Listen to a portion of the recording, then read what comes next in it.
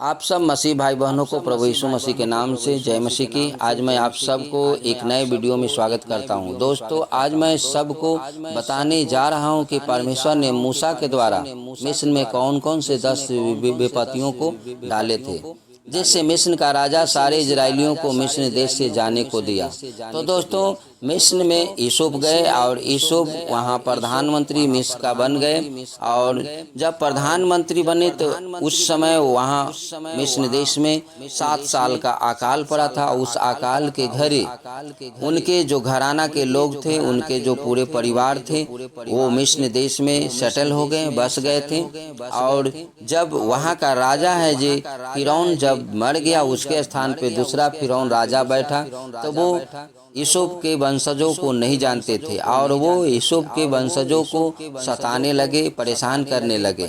इतना ही नहीं, वहाँ का जो राजा था, जो इजरायली में कोई भी बच्चा पैदा लेता था उसे वो जान से मरवा देता था। इतना तक वहाँ उन लोगों को बीच में है जे सताव और परेशानी आने लगा।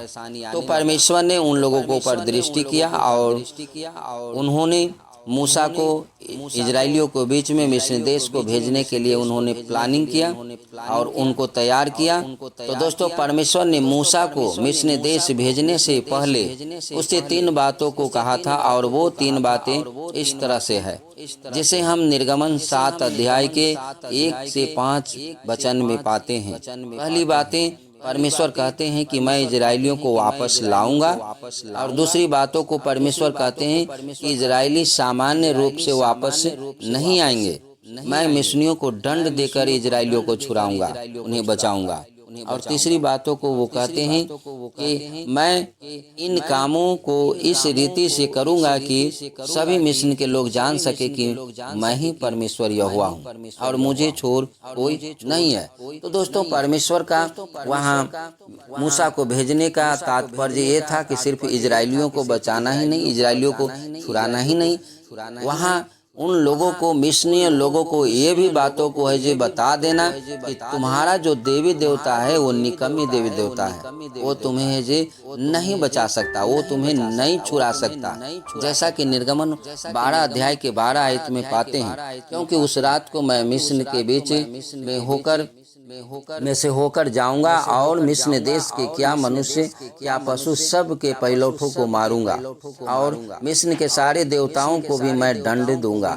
मैं तो यहोवा हूँ। तो दोस्तों, यहाँ पे परमेश्वर साफ साफ कहते हैं कि क्या पशु और क्या मनुष्य सब पहिलौठों को मारूंगा। और दूसरी बातों को यहाँ पे कहते हैं कि मिस्र के सारे देवताओं को भी दंड दिया करूंगा। तो यहाँ उन लोगों को ये बताना चाहते थे कि तुम्हारे देवी देवता भी जे तुम्हें रक्षा नहीं कर सकते, तुम्हारे देवी देवता को भी मैं घमंड को तोड़ूंगा। तो दोस्तों, अब चलिए हम देखते हैं कि किस प्रकार से परमेश्वर ने मिस्र देश को एक एक करके 10 से विपत्तियों को भेजा और उनके देवताओं का और सारे मिस्रियों का परमेश्वर ने किस तरह से उसके घमंडों को नष्ट किया, घमंडों को तोड़ा। तो पहला विपत्ति, जल का लहू बनना, खून में बदल जाना पानी को। परमेश्वर यहोवा ने पहली विपत्ति नील नदी पर छोड़ी और नील नदी का जल लहू बन गया। दोस्तों, नील नदी सारे मिस्र देश के वासियों के लिए बहुत ही काम की थी, क्योंकि उसी नदी के पानी से खेती बाड़ी का सिंचाई के काम में लाया करते थे और उस नदी का पानी पीने के काम में भी लाया जाता था। यानी हम कह सकते हैं कि उनकी सभी चीजें नील नदी के पानी के ऊपर निर्भर करती थी। और यहोवा परमेश्वर ने विपत्ति नील नदी के ऊपर छोड़ी तो लोगों के पास नहाने और पीने का पानी नहीं रहा और मिस्र के फसलें बर्बाद हो गई और आर्थिक तंगी मिस्र देश में आ गई। और एक ऐसी स्थिति आ गई मिस्र देश में कि नदी में से गंदी बदबू आने लगी, क्योंकि नील नदी के मछलियां मर गई और सभी मिस्री लोगों का जीवन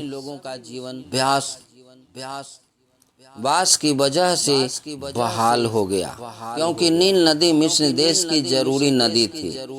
इसलिए लोग उस नदी की पूजा भी करते थे। और दोस्तों, इस नदी से जुड़ा हुआ एक देवता भी था जिसका नाम था कनूम। और कनूम को लोग नील नदी का रखवाला और आशीष देने वाला मानते थे और मिस्री लोग उसकी पूजा भी करते थे।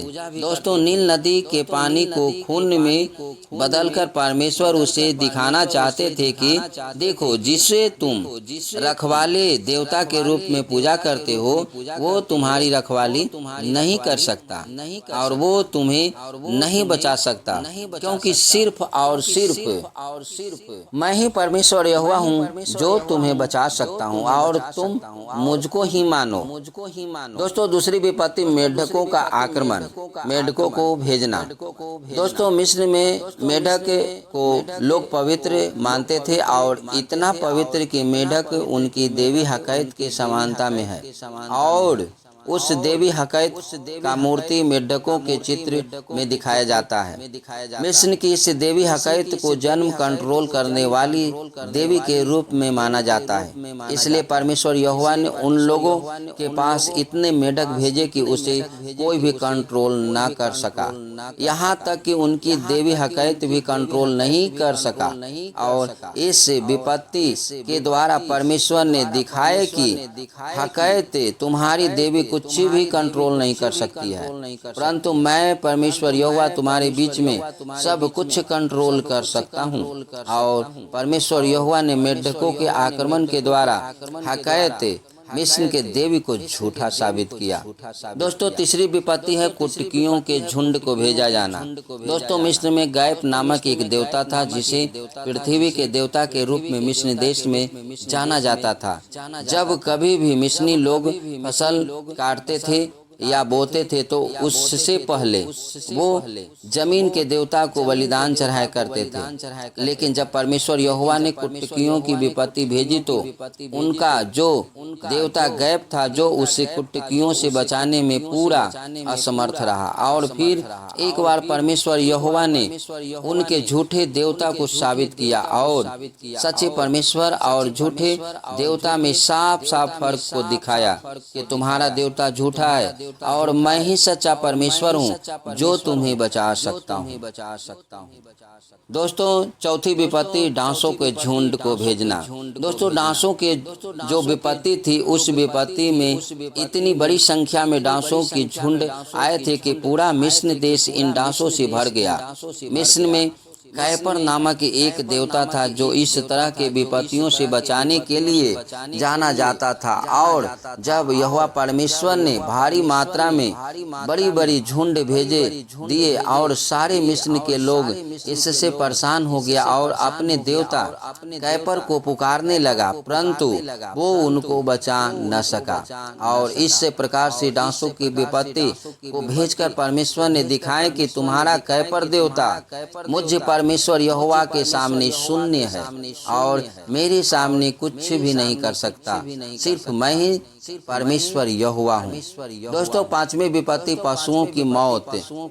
दोस्तों, मिस्र देश में जानवरों को पवित्र माना जाता था, इतना पवित्र कि वहाँ के मिस्री लोग वो जानवरों की पूजा भी किया करते थे। और जानवरों से जुड़े हुए उन लोगों के बीच में काफी सारे देवी देवता भी थे, जैसे कि हाथोर देवी और आतुम देवता थे आदि। और जब उन लोगों के बीच में पशु मरने लगे तब यहोवा परमेश्वर ने उन लोगों को दिखाया कि हाथोर और आतुम ये दोनों भी मेरे सामने आ जाए तो भी कुछ नहीं तुम्हारा भला हो सकता है, क्योंकि मेरे सामने ये दोनों असमर्थ हैं और ये तुम्हारे जानवरों को नहीं बचा सकते, मैं ही तुम्हें बचा सकता हूँ। दोस्तों, छठी विपत्ति फोरो को निकलना। दोस्तों, छठी विपत्ति जब फोरो की आई, परमेश्वर ने वहाँ भी देवी देवताओं को झूठा साबित किया, क्योंकि मिस्र में बहुत सारे ऐसे देवी देवता थे जिन पर लोग चंगाई के लिए